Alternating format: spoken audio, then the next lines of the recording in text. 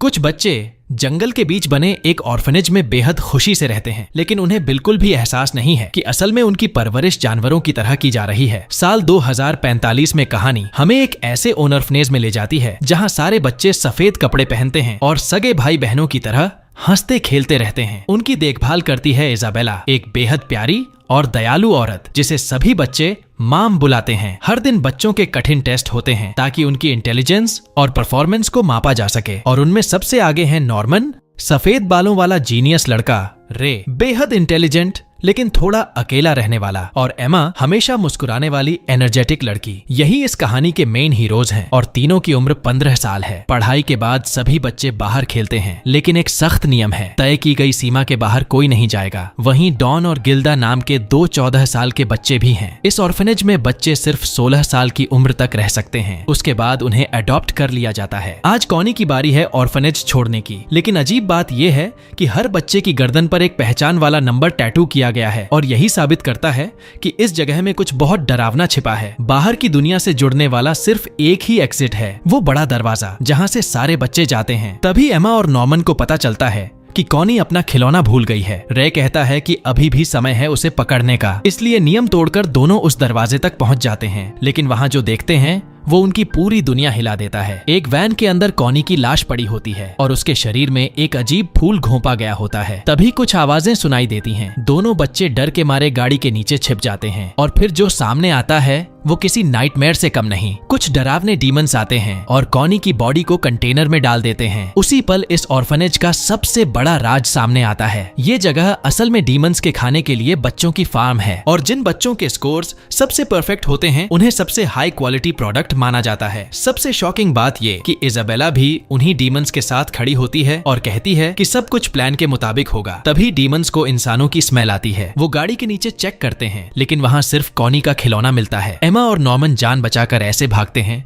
जैसे कल हो ही नहीं, लेकिन एमा शॉक में गिर पड़ती है। वो इस सच को स्वीकार ही नहीं कर पा रही। तब नॉर्मन फैसला करता है कि उन्हें ऑर्फनेज से भागना होगा, लेकिन एमा साफ मना कर देती है क्योंकि बाकी बच्चे भी उसका परिवार हैं। अगर भागेंगे तो सब साथ भागेंगे। नॉर्मन भी उससे वादा करता है कि ऐसा ही होगा। उधर डीमन इजाबेला को वो खिलौना देता है जो उसे मिला था, और इजाबेला तुरंत समझ जाती है कि उसके किसी बच्चे को सच्चाई पता चल चुकी है। ऑर्फनेज लौटकर दोनों रे से मिलते हैं, लेकिन फिलहाल उससे राज छिपाते हैं। अगले दिन पहली बार वे मार्क्ड सीमा के बाहर जाते हैं और सामने एक विशाल दीवार देखते हैं। अब साफ हो जाता है कि भागने का एकमात्र रास्ता है रस्सियों की मदद से उस दीवार को पार करना। लेकिन ये इतना आसान नहीं, क्योंकि इजाबेला के पास किसी रेडार जैसी चीज है जिससे वो बच्चों की लोकेशन तुरंत पकड़ सकती है। तभी उन्हें पता चलता है कि उनके कानों में जीपीएस लगाया गया है, बिल्कुल जानवरों की तरह। इजाबेला जानबूझकर अपना रडार फ्लैश करती है ताकि बच्चे समझ जाएं कि उनसे बच निकलना नामुमकिन है। अब इजाबेला को शक हो चुका है कि एमा और उसके दोस्त सच जान चुके हैं। बाद में बच्चे रस्सियां तैयार करके पेड़ों में छिपा देते हैं। रे पहले ही नोटिस कर चुका था कि दोनों कुछ अजीब बिहेव कर रहे हैं, इसलिए आखिरकार नॉर्मन और एम्मा उसे पूरा सच बता देते हैं। रे उनके साथ भागने को तैयार हो जाता है, लेकिन सिर्फ उन तीनों के लिए। एमा फिर मना कर देती है, या तो सब भागेंगे या कोई नहीं। लाइब्रेरी में खोजबीन करते हुए उन्हें शक होता है कि डीमंस खास तौर पर बच्चों के ब्रेन्स के पीछे हैं। जितना ज्यादा डेवलप्ड दिमाग होगा उतना ही वो उनके लिए स्वादिष्ट होगा। 6 साल की उम्र के बाद किसी भी बच्चे को भेजा जा सकता है। मतलब नॉर्मन,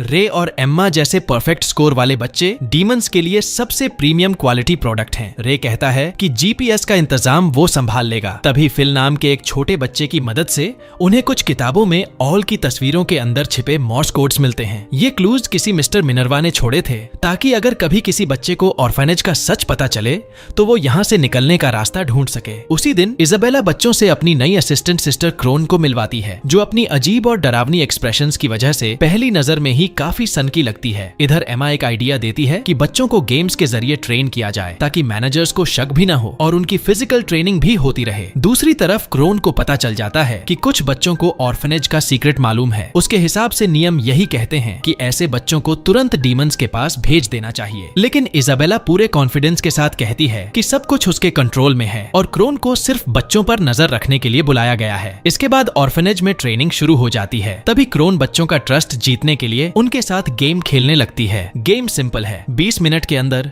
जितने बच्चों को पकड़ सको पकड़ो। वो लगभग सभी बच्चों को पकड़ लेती है, लेकिन आखिर में सिर्फ रे और नॉर्मन बच जाते हैं, जिन्हें वो टाइम खत्म होने की वजह से पकड़ नहीं पाती। तभी उसे समझ आता है कि ये दोनों ऑर्फनेज के सबसे डेंजरस और इंटेलिजेंट बच्चे हैं। बाद में इजाबेला उसे वार्निंग देती है कि सीक्रेट जानने वाले बच्चों का पता लगाने की कोशिश न करे, क्योंकि वो पहले से ही उन्हें कंट्रोल कर रही है। लेकिन सवाल ये उठता है कि इजाबेला इतनी कॉन्फिडेंट क्यों है? वजह यह है कि बच्चों के बीच उसका एक स्पाई मौजूद है, और यही बात नॉर्मन समझ जाता है। इसलिए वो एक ट्रैप तैयार करता है। नॉर्मन और एम्मा डॉन और गिल्डा को सच्चाई बताते हैं ताकि स्पाई की पहचान हो सके, और इसी जाल में फंस जाता है रे। वही इजाबेला का स्पाई था। रे ये बात मान भी लेता है। वो कहता है कि बच्चों को कंट्रोल में रखना और सब कुछ प्लान के मुताबिक चलाना उसी की रिस्पॉन्सिबिलिटी है। असल में जब वो छोटा था तभी उसे ऑर्फनेज का सच पता चल गया था, और उसने खुद जाकर इजाबेला को सब बता दिया था। फिर दोनों के बीच एक डील हुई। इजाबेला उसे जल्दी डीमंस के पास नहीं भेजेगी, और बदले में रे उसे सारी जानकारी देता रहेगा। असली मास्टरमाइंड तो रे ही था। जिस दिन उसे सीक्रेट पता चला, उसी दिन से उसने एस्केप प्लान बनाना शुरू कर दिया था। कॉनी के जाने वाले दिन उसी ने उसका स्टफ टॉय चुराया ताकि एम्मा और नॉर्मन दरवाजे तक जाएं और सच अपनी आंखों से देखें। इतना ही नहीं, जीपीएस को डिसेबल करने का तरीका भी रे ने ही ढूंढा था, और अब से वो डबल स्पाई बनकर काम करेगा। उधर इजाबेला के ऑफिस में पता चलता है कि उसकी गर्दन पर भी नंबर का टैटू है। दूसरी तरफ अपने कमरे में रे ने एक खास डिवाइस छिपा रखा है जो ट्रांसमीटर्स को डिसेबल कर सकता है, और इजाबेला से मिलने वाले रिवॉर्ड की मदद से वो उसे पूरा कर पाएगा। लेकिन नॉर्मन नोटिस करता है कि रे ने फ्यूल कैंस भी जमा कर रखे हैं, जैसे वो किसी बड़े हादसे की तैयारी कर रहा हो। तभी क्रोन को समझ आता है कि सीक्रेट जानने वाले बच्चे यही हैं, और वो उनसे हाथ मिलाने का ऑफर देती है, क्योंकि वो खुद भी इस फार्म में फंसी हुई है और उसकी गर्दन पर भी नंबर है। लेकिन वो भाग नहीं सकती, क्योंकि उसके शरीर में एक चिप इम्प्लांटेड है जो फार्म छोड़ते ही उसका दिल रोक देगी। इसलिए उसका प्लान अलग है। अगर बच्चे एस्केप कर जाएं, तो सारा ब्लेम इजाबेला पर जाएगा और उसे खत्म कर दिया जाएगा। तब क्रोन उसकी जगह ले सकेगी। अपने कमरे में वो बच्चों को बताती है कि उसने बाहर की दुनिया कभी नहीं देखी, लेकिन उसे इतना पता है कि फार्म के बाहर इंसान अभी भी मौजूद हैं। बहुत समय पहले इंसानों और डीमंस के बीच लंबी लड़ाई हुई थी, और आखिरकार दोनों ने एक प्रॉमिस किया। दुनिया को 2 हिस्सों में बांट दिया गया ताकि दोनों शांति से रह सकें। लेकिन डीमन वर्ल्ड में इंसानों ने अपनी आबादी का एक हिस्सा छोड़ दिया, वही फार्म्स जहां बच्चों को सिर्फ डीमंस के खाने के लिए पाला जाता है। अब रडार और कानों में लगे जीपीएस की बात भी कंफर्म हो जाती है। क्रोन समझ जाती है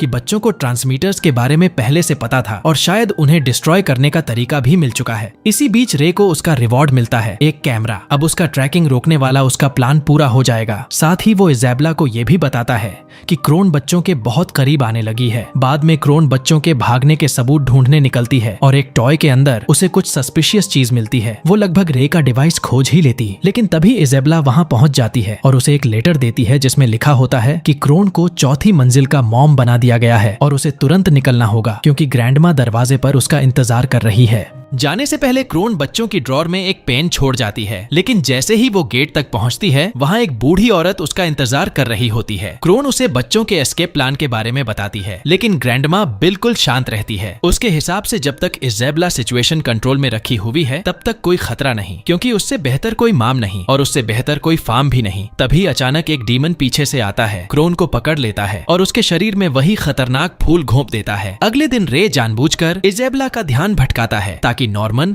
और एम्मा ऑर्फनेज के बाहर की जगह एक्सप्लोर कर सकें। लेकिन इजाबेला अब साफ कह देती है कि उसे रे की जरूरत नहीं रही और उसे एक कमरे में बंद कर देती है। फिर वो खुद बच्चों को ढूंढते हुए दीवार के पास पहुंचती है जहां नॉर्मन और एम्मा मौजूद होते हैं। इस बार इजाबेला बिना घुमाए फिराए सीधी बात करती है, उन्हें अपनी पागल एस्केप प्लान छोड़ देनी चाहिए। लेकिन जब दोनों पीछे हटने से मना कर देते हैं तो वो एम्मा की टांग तोड़ देती है और साथ ही एक और दिल तोड़ देने वाली खबर देती है। अगले ही दिन नॉर्मन को भेजा जाने वाला है। उस रात रे और एम्मा दोनों नॉर्मन को मनाने की कोशिश करते हैं कि वो अकेले भाग जाए, इससे पहले कि बहुत देर हो जाए। माहौल बेहद इमोशनल हो जाता है। तभी रे पहली बार अपने बारे में एक शॉकिंग सच बताता है। उसे अपने बचपन की यादें हैं ऑर्फनेज जाने से पहले की। उसे याद है कि उसने डीमंस और ह्यूमंस को एक साथ देखा था। कई छोटे बेबीज भी थे, लेकिन अपनी असली माँ का चेहरा उसे याद नहीं। इसके बाद वो जीपीएस ब्लॉकर नॉर्मन को दे देता है ताकि वो भाग सके और दीवार के दूसरी तरफ उनका इंतजार करे। तभी अपनी ड्रॉर में नॉर्मन को वो पेन मिलता है जो क्रोन छोड़ गई थी। अगले दिन इजाबेला सब बच्चों को बताती है कि नॉर्मन आज रात ऑर्फनेज छोड़ देगा, लेकिन नॉर्मन उससे पहले ही भाग निकलने का फैसला कर चुका होता है। आखिरकार वो उस विशाल दीवार पर चढ़ने में सफल हो जाता है। कुछ देर बाद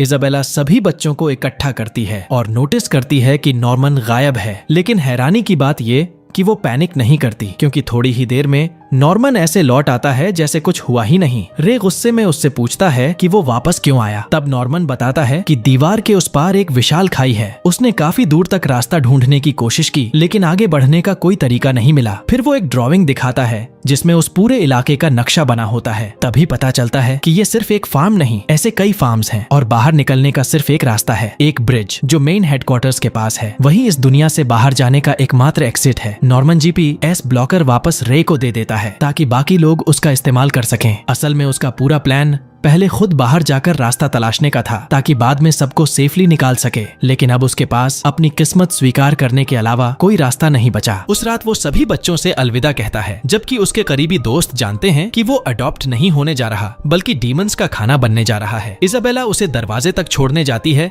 और फिर उसे अकेला छोड़ देती है। तभी अचानक एक आदमी सामने आता है। नॉर्मन को लगता है कि शायद वही मिस्टर मिनीवा है, लेकिन वो बताता है कि मिनीवा काफी पहले गायब हो चुका है। वो खुद इस दुनिया का इंचार्ज है। वो नॉर्मन को बताता है कि डीमंस इंसानों को खाए बिना जीवित नहीं रह सकते और दुनिया के दूसरी तरफ कुछ लोग पाले गए इंसानों की मदद करने की कोशिश करते हैं, लेकिन उनका काम उन्हें भी खत्म करना भी है। तभी अचानक एक डीमन वहां आ जाता है और उसके बाद नॉर्मन के साथ क्या हुआ ये किसी को पता नहीं चलता। अगले दिन इजाबेला एमा से कहती है कि उसे सच्चाई स्वीकार कर लेनी चाहिए क्योंकि वो इस दुनिया को बदल नहीं सकती, बल्कि इजाबेला तो उसे फ्यूचर में फार्म माम बनाने के बारे में सोच रही है। इसी तरह 2 महीने बीत जाते हैं और अब रे के भेजे जाने में सिर्फ 1 दिन बचा है। एमा रे से मिलती है। नॉर्मन के जाने के बाद दोनों ने शायद ही कभी ठीक से बात की हो, लेकिन इस बार एमा उसे बताती है कि उसने हार नहीं मानी और अब भागने का समय आ गया है। इन 2 महीनों तक एमा जानबूझकर शांत रही ताकि इजाबेला को जरा भी शक न हो, लेकिन सीक्रेटली उसने डॉन,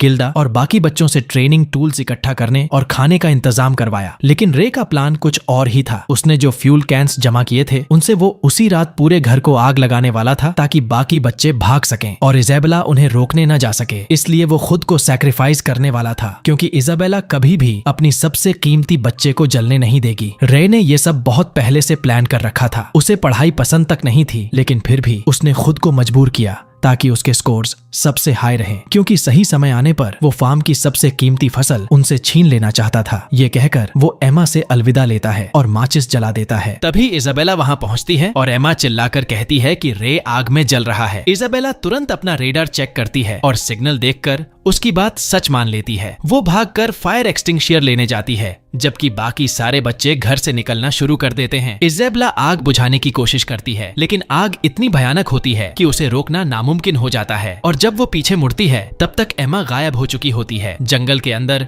एमा बाकी सभी बच्चों से मिलती है और सबसे शॉकिंग बात, रे भी उनके साथ खड़ा होता है। लेकिन ये कैसे पॉसिबल हुआ? असल में एम्मा ने आखिरी पल पर माचिस बुझा दी थी। उन्होंने रे की जगह एक डमी रख दिया था और रे ने अपने कान से GPS निकालकर उसे कपड़ों के पास छोड़ दिया ताकि इजाबेला को लगे कि वो अभी भी वहीं है। उसके बाद एमा ने आग लगा दी। नॉर्मन पहले ही पूरा प्लान एक लेटर में लिखकर छोड़ गया था, जो इजाबेला को उसके तकिए के नीचे क्रोन के पेन के साथ मिलता है। नॉर्मन समझ चुका था कि रे भेजे जाने से पहले खुद को सैक्रिफाइस करने वाला है, इसलिए उसने लेटर में पहले ही सब समझा दिया था। रे को बचाना है और घर में लगने वाली आग को अपने फायदा में इस्तेमाल करना है, लेकिन बच्चे सभी को साथ नहीं ले जाते। 4 साल और उससे छोटे बच्चों को वहीं छोड़ दिया जाता है, इस वादे के साथ कि भेजे जाने से पहले वो उन्हें लेने वापस आएंगे। इजाबेला बस खड़ी होकर पूरे ऑर्फनेज को जलते हुए देखती रहती है। तभी छोटा फिल बाकी बच्चों के साथ बाहर आता है। दूसरी तरफ एमा, रे और बाकी बच्चे तेजी से दीवार चढ़ रहे होते हैं। इजाबेला तुरंत हेडक्वार्टर्स को खबर देती है कि बच्चों ने एस्केप कर लिया है। रे कहता है कि वो लोग ब्रिज तक समय पर नहीं पहुंच पाएंगे, लेकिन असल में वो कभी उनका प्लान था ही नहीं। जिस दिन नॉर्मन दीवार पार करके गया था उसी दिन उसे एक पतली सी जगह मिली थी जहां से खाई पार की जा सकती थी। अब बच्चे वहीं पहुंचते हैं, रस्सियां फेंककर उन्हें हुक करते हैं और एक एक करके दूसरी तरफ जाना शुरू कर देते हैं। ये देखकर रे भी शॉक रह जाता है। उधर इजाबेला नोटिस करती है कि ट्रांसमीटर्स काम नहीं कर रहे, लेकिन उसे अंदाजा हो जाता है कि बच्चे कहां जा सकते हैं। लगभग सभी बच्चे दूसरी तरफ पहुंच चुके होते हैं, बस आखिर में एमा बचती है। तभी सिचुएशन डेंजरस हो जाती है क्योंकि इजाबेला दौड़ते हुए वहां पहुंच जाती है और एमा को पकड़ लेती है। फिर पहली बार वो अपने दिल की बात बताती है। बचपन में उसका एक दोस्त था, लेस्ली। दोनों साथ बड़े हुए थे, लेकिन 16 साल का होते ही लेस्ली को भेज दिया गया। सच जानने के बाद इजाबेला ने भी भागने की कोशिश की थी और वो भी ठीक इसी जगह तक पहुंची थी, लेकिन जब उसने सामने वो गहरी खाई और डरावना जंगल देखा तो उसे समझ आ गया कि बाहर सरवाइव करना नामुमकिन है। उसी दिन उसने भागने का सपना छोड़ दिया और ऑर्फनेज की मदर बनने का फैसला कर लिया। बाद में जब वो प्रेग्नेंट हुई तो उसने अपने बच्चे को पेट में रहते हुए एक सॉन्ग सुनाया था। वो गाना लेस्ली ने बनाया था और सिर्फ वही दोनों उसे जानते थे। लेकिन बदकिस्मती से उसका बच्चा जन्म लेते ही मर गया। इसलिए उसने तय किया कि वो दुनिया की सबसे अच्छी मदर बनेगी और अपने बच्चों को ढेर सारा प्यार देकर पालेगी। इजाबेला एमा को आखिरी बार वार्निंग देती है, बाहर कोई उम्मीद नहीं, वो इस दुनिया को बदल नहीं सकती। लेकिन एमा पूरे कॉन्फिडेंस के साथ कहती है कि वो सरवाइव कर लेंगे और फिर